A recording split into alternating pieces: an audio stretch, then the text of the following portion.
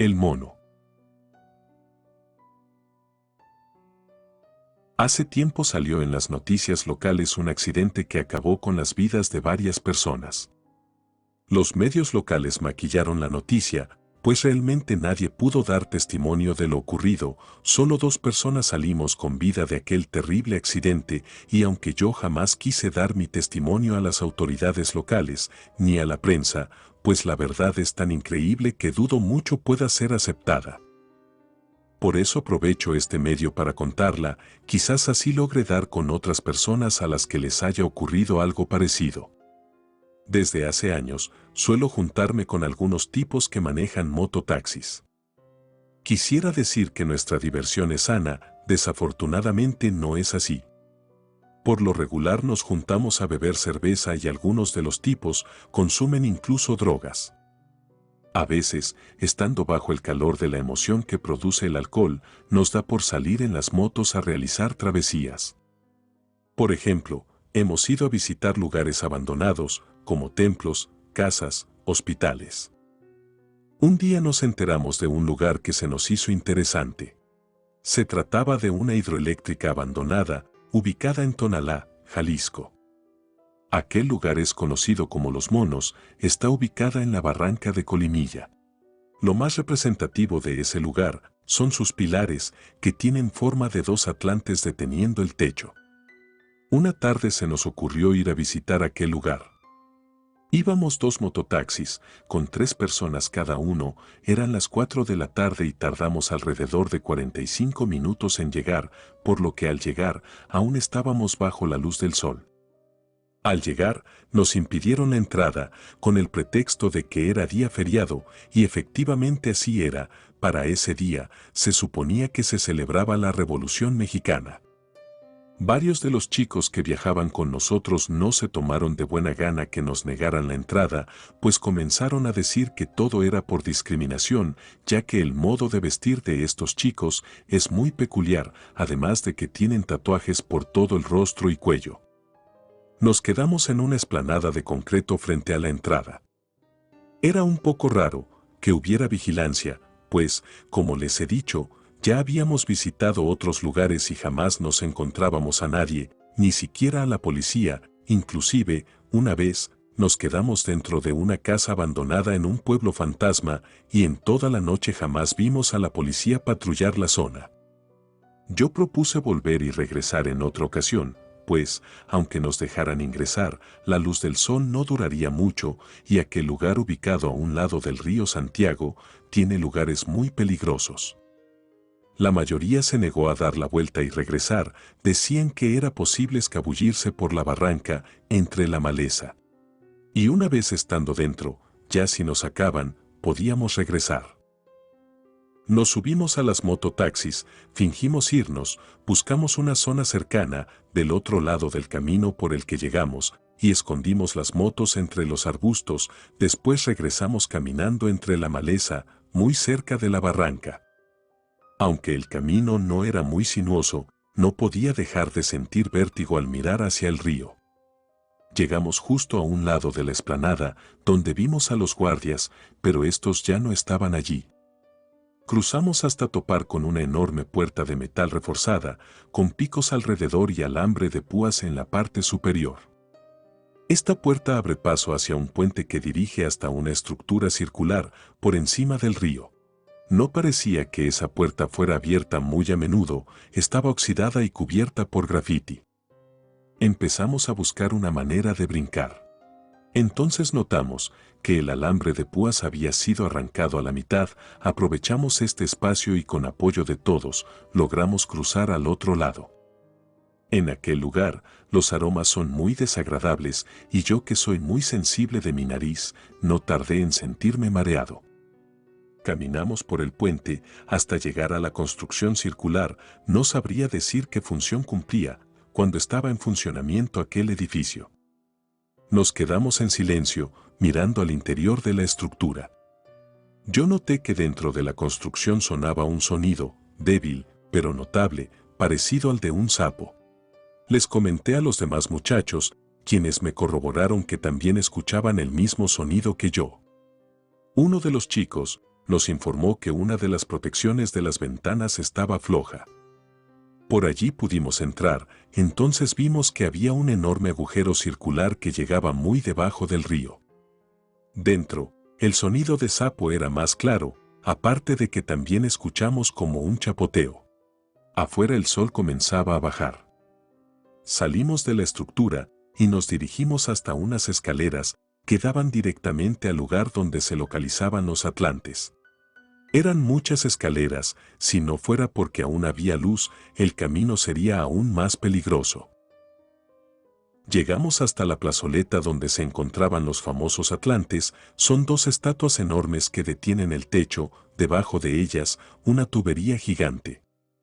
El lugar se encontraba en muy mal estado, lleno de basura y con grafitis por doquier.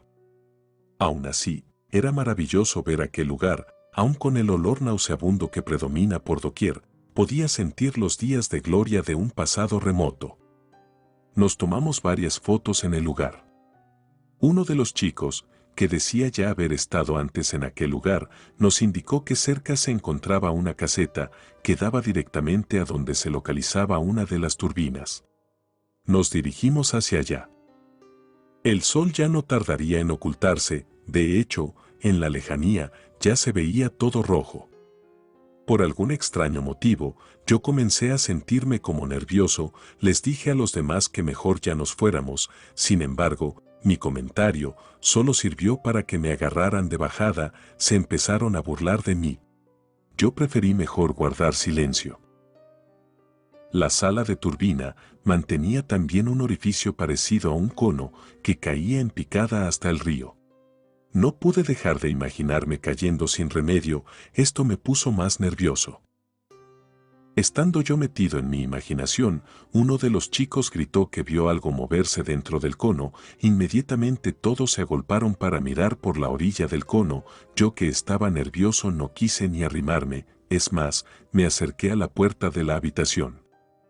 Sin esperarlo, todos se me dejaron ir, empujándome hacia afuera, estaban aterrorizados, yo simplemente comencé a correr sin parar hasta llegar a las escaleras. Me tropecé varias veces en el camino. Para cuando habíamos subido, hasta la plataforma por donde entramos, el sol ya se había ocultado totalmente. Después de tomar aliento, les pregunté qué era lo que habían visto.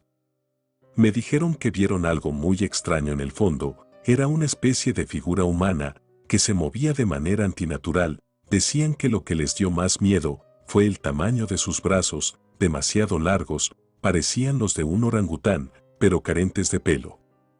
Yo les pregunté que cómo era posible que vieran a detalle aquel ser.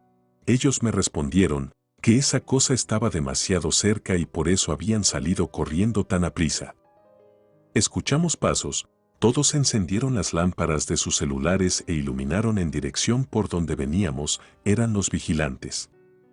Los vigilantes eran dos, uno nos detuvo y otro llamó rápido a la policía, nos dijeron que nos llevarían por haber infringido las indicaciones.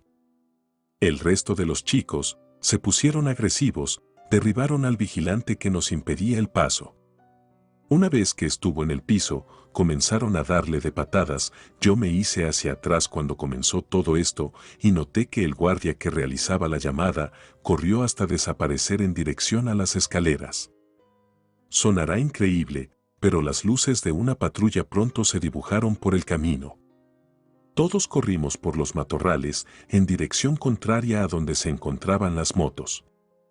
Corrimos hasta encontrarnos las ruinas de unas edificaciones. Nos quedamos en silencio hasta que vimos las luces de la patrulla parar casi enfrente de nosotros.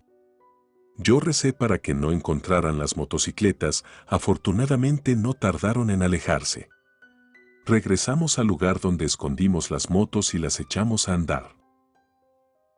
Apenas avanzamos unos metros, cuando una llanta de la motocicleta en la que yo viajaba salió volando, logrando que volcáramos por el barranco. Yo no recuerdo mucho, pero cuando tuve conciencia de la situación, me encontraba muy herido, escuchaba los gritos de los demás muchachos.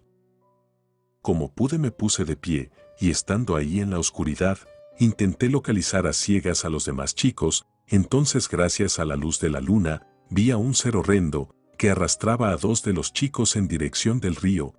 Iba desnudo, tenía forma como la de un mono sin pelo y del tamaño de una persona.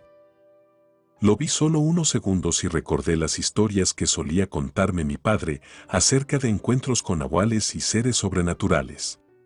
El pánico me invadió y comencé a correr. Intentando trepar el barranco, noté que otro de los chicos me seguía. Cuando llegamos a la cima, comenzamos a gritar pidiendo auxilio. Hasta ese momento caí en cuenta de que los otros chicos se fueron en la otra moto sin preguntarse por qué no los seguíamos. El otro chico me dijo que estaba herido en la pierna y sangraba. Busqué en mi bolsillo el teléfono celular, lo encontré, pero estaba inservible, todo quebrado. Me quedé pensando en qué hacer y la única solución que vi fue la de caminar. Caminamos hasta que el otro chico me pidió que no continuáramos, pues estaba sintiendo mareado y temía desmayarse. Hasta ese momento no había sido consciente de que yo también tenía heridas de gravedad, no sentía nada, quizás por la adrenalina, pero de un momento a otro comencé a sentir muchísimo frío y me puse a temblar descontroladamente. Terminé por tirarme al piso a un lado del otro chico. Él me preguntó si escuchaba ese sonido en la lejanía. Yo le dije que solo eran los sapos en el río.